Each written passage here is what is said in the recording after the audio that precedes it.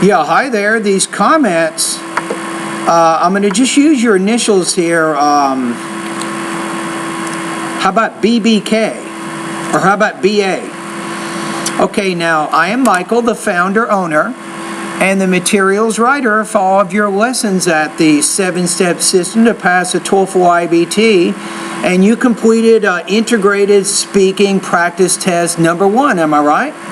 Hold on a second, the lights just turned off. Okay, so I'm going to go ahead and listen and do some comments on your practice test. So, here we go. The passage is about how advertising influences people's behavior, and the speaker also gave another effect on advertising. According to the reading passage, advertising has been very effective on people's behavior because of the ads on TV and radio they see every day. As an example from the Now you're missing it. You're missing the key point. Remember, don't just start off with a detail. What is the purpose of the reading passage, really? In one word, politics. What's the purpose of the listening passage in one word? Economics, am I right? You got to mention those. Those are broader, bigger ideas. So you state the generalization first, then you move to the billboards, the ads, and the TV commercials and all of that. So you need to frame it as with academic type content, you move from general statements to more specific. Therefore, when you're doing this kind of practice test, BA, if you start off like this, so you didn't really catch the main point, but if you said this, the reading and the listening passage discuss the political and the economic effects of advertising on consumers' behavior. If you say that, then you have a really clear purpose that exactly states what's happening in both sources. Then you say, first of all, according to the reading passage, advertising can affect people's behavior politically. Then you give an example or two, and you say, second of all, advertising can also affect people's behavior economically.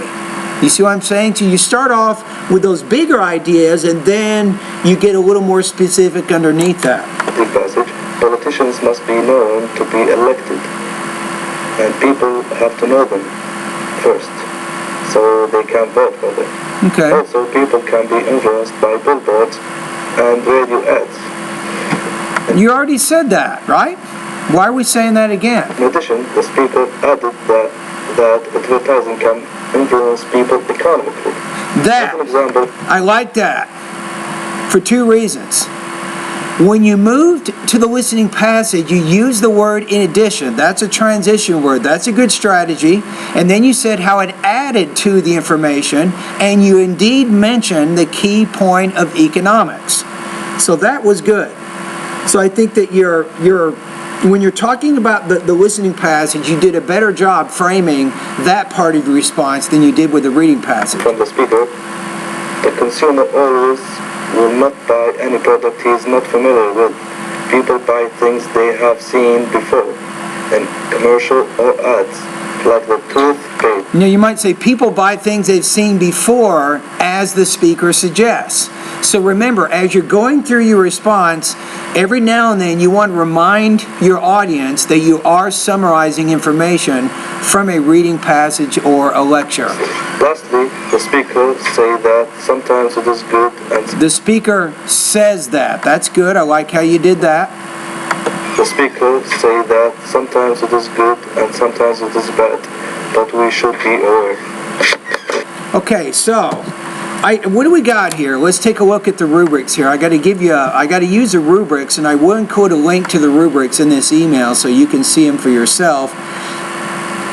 I think you can improve the introduction, like I said, by stating the key points of politics and economics. I think that should have been included. You should have stated that as the political effects of advertising. That should have been stated in the key point of the reading passage as you discussed that.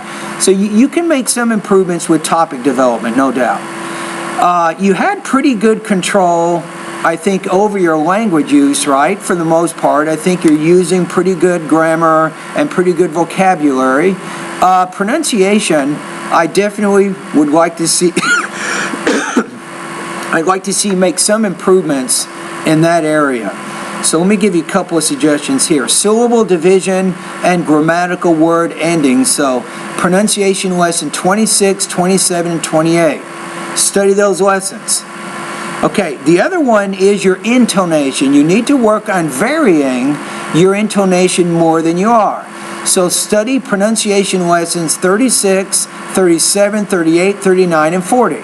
So both of those areas can help you improve your pronunciation. Okay, now let's take a look at the rubrics again. I think you're between the 2 and the 3 range. I think it's not a terrible response, but for TOEFL, I'm going to put you at 2.5 out of 4, 19 points out of 30 on this particular practice test. Now, you also know in the syllabus, if you want to go look at that now, go to the syllabus, go to page 9, and you'll see the percentages for the integrated speaking practice test. So a 2.5 is going to put you at 85% on this assignment. All right? Anyway, thank you for completing this practice test. So now you got some idea kind of where you are. So what do you do next time? You need to make some adjustments, I think, in how you organize your ideas. You need to improve a little bit there, and you also need to make some improvements, as I said, with your pronunciation. If you can make progress in those 2 areas, I think you can improve your speaking a little bit more. All right?